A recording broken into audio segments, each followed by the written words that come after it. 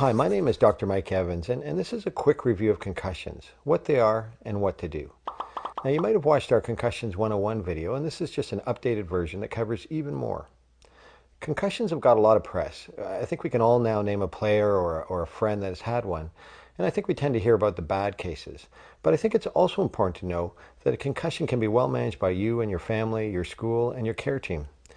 The first thing you need to know about concussions is that they are like your other injuries, and yet completely different. When you injure your knee, you rest it initially and you see how it feels after a few days. You probably get looked at, sometimes it's something more serious, but most get better and you slowly resume activity. Well, all that's true for concussions. It's estimated that 80 to 90% of concussions resolve within 3 weeks. The big difference is that most people aren't used to resting their brain. There are no crutches, no ice pack, no injury that people can see. If you go right back to school, physical activity, work, digital life, it's like going for a run on your injured knee. Let's start with what a concussion is. A concussion is a blow to the head or elsewhere on the body that shakes your head, where you have some other stuff going on. These other things tell us that your brain has been affected. Now, your brain is mission control and responsible for so many things. So there are a lot of different ways a concussion can feel. We generally think of 4 categories. So physical problems like headaches, poor balance, being more tired, blurry vision, dizziness, sensitivity to light or noise, and so on. Next are thinking problems such as feeling mentally foggy or slowed down with difficulties remembering or concentrating. Then there are emotional symptoms like feeling sad or less control over your emotions. You might feel more worried or irritable. And finally, there are sleep issues, which can work both ways. You might feel you're drowsy or sleeping more, or the reverse. You may have trouble falling asleep or sleeping less. These symptoms can appear immediately or take 24 to 48 hours to happen. It's also important to step back and wonder if any of these symptoms get worse when you're working harder, either physically or cognitively when you're using your brain. Concussions can be scary at the beginning, so it might be helpful to start by making sure there isn't something more serious going on. If things take a sudden turn for the worse, for example, an unusual worsening of a headache or repeated vomiting, seizures, weakness in your arms or legs, or you seem way more out of it, slurred speech, confusion, drowsiness, or you can't be woken up, this needs to be urgently assessed. The 2 key words here are sudden change.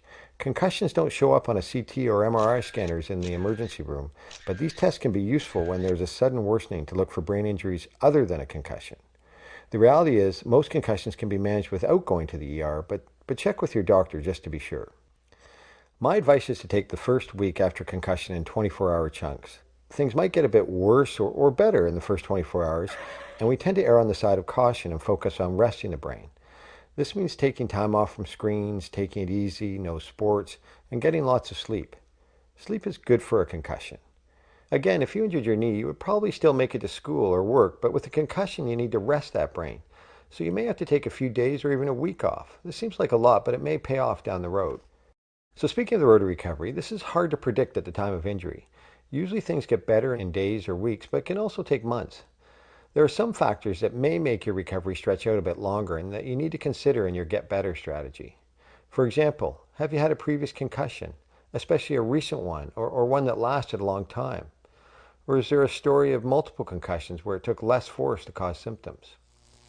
If you have a history of headaches or migraines, these can worsen. If you have had some learning or mental health issues such as ADHD, anxiety, depression, a sleep disorder, a learning disability, and so on, these conditions may or may not become more of a challenge when you injure your brain. Now, as I've said, helping your brain self-repair is different. It might be helpful to imagine your brain like a cell phone. When you get a concussion, it's as if your baseline battery life goes down. It's just harder to recharge to 100%, as a lot of your power goes to healing your brain. If we try to do all of the activities we normally do, chances are we'll run out of power quickly, and this is when we feel run down and our post-concussion symptoms get worse. One way to conserve energy is to use the 4 Ps. So the first P is to prioritize our activities each day. We only want to use up our limited charge on the activities that are most important to us. The second P is to plan out which activities we're going to do and when to do them. It is best to plan difficult or important activities when you have more of a charge. So after a rest or on a day you don't have many other activities to do, or at a time when you feel best, could be the morning.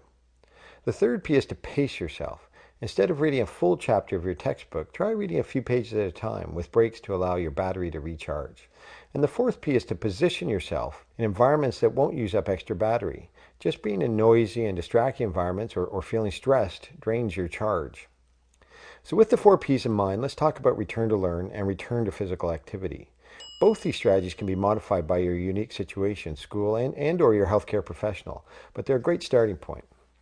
Being at school makes the brain work hard, and so you want to return gradually. Perspective is important here. Each of us are different in how we respond to a concussion, so your recovery plan is unique and needs to be individualized. Sometimes this means taking more time, and it's important for you and your family to see this as a smart response that will get you better sooner, not a failure. We generally begin by starting with no school for a few days and getting lots of rest at home. Next is a small increase in home cognitive and physical activity with light walking, easy reading, and some screen time. A diary of your planned activities and what happened can be helpful. If you can do 30 minutes with no symptoms, you can start school-specific activity like homework in 30-minute chunks. When you can tolerate 30 minutes of school-type activity without your symptoms getting worse, with breaks to help your symptoms, then you are ready to go back to school part-time for 1 to 3 hours a day with realistic productivity expectations. When you can do 4 to 5 hours of school activity with 2 to 3 rest breaks, you can consider a return to full-time school with supports that acknowledge the 4 Ps. This might mean extra help, more breaks, limited testing in a day, preferential seating, and so on. When you have no active symptoms and no problems with exertion, you can return to your regular school schedule. To make all this happen, I think it's very important to have a contact person at the school who can make staff and volunteers aware, assist in scaling your activity up or down, and individualizing your supports to get better. This means facilitating a collaborative team approach involving the family, doctor, school, coaches. It means education, and I think it also means paying attention and reacting to subtle signs. And check-in meetings to discuss strategies around homework, testing, breaks, distraction-free environments, seating, access to class notes, phys ed, and playground planning. Returning to physical activity when you are symptom-free is a similar stage-based approach, and having the team on the same page is key. Step 1 is no activity at all. In step 2, we try light aerobic exercise like a jog. If you can do that with no symptoms, then step 3 is returning to your sport in a low-risk setting. So going for a skate, kicking a soccer ball, shooting some hoops, but just by yourself or with a partner. This makes the activity more predictable and less likely you will be hit by an object or a person. Monitor yourself and see how you do.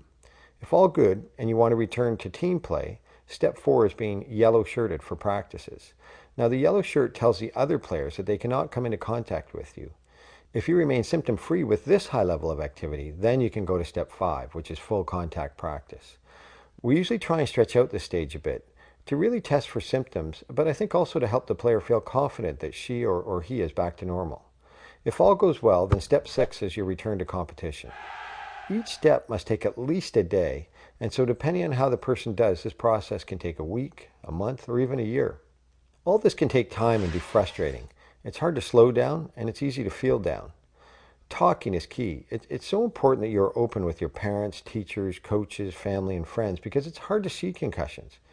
People presume you're okay, so you need to be upfront about how you're feeling. Things like being in a fog or being anxious can be hard to put a finger on. So you don't need to dwell on it, but you do need to be clear and honest about how you're feeling. The good news is that I think the world is much more accepting of concussions. The reality is that we're still figuring out exactly the best way for each person to come back from a concussion. The data thus far suggests that people who don't let their brains rest tend to do worse, especially if they expose themselves to re-injury before they are ready. What we're still figuring out is the right balance between challenging yourself and overdoing it. We don't want you to do too much, but we also don't want you to do too little. It seems that, as with other injuries, people who increase their activity gradually without triggering problems seem to do well. So take care of yourself if you have a concussion. Your brain is you. Everything you've got good at, your memories, how you figure things out, all that is sitting inside your brain. So keep positive, share any concerns with the people that care about you. You can solve this together. And take care of that fantastic brain of yours. Thanks for listening.